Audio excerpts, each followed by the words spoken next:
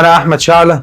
ناس كتير منكم عارفاني وفي ناس كتير ما تعرفنيش. انا تعرضت لاغرب موقف ممكن يحصل لاي راجل. كنت زمان اسمع ان الرجاله هي اللي بتبتز الستات، دلوقتي الستات هي اللي بتبتز الرجاله. انا اتبعت لي رسائل تهديد وابتزاز من اشخاص يعني مجهولين، والصور والفيديوهات دولت معمولين بالذكاء الاصطناعي.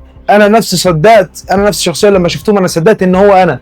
دلوقتي رسائل التهديد اللي بتجيلي بتقول لي يا اما تدفع فلوس يا اما هفضحك في وسط اهلك واصحابك، ومش هتخليك تخرج ولا تشوف شغلك ولا تشوف عملك ولا تشوف يعني حالتك في وسط الناس، وهفضحك في كل حته مقابل الفلوس اللي هي بتطلبها مني كل شويه. المشكله ان التهديد مش عليا انا لوحدي، ده هم دلوقتي بيهددوني ان هم ممكن يعملوا فيديوهات مفبركه معرض ليها اي حد من اسرتي، وعشان يزودوا الضغط عليا بدأوا يبعتوا لاهلي واصحابي اللي على الفيس عندي. انا مش خايف من اي حد ولا من اي حاجه، انا واقف على ارض ثابته.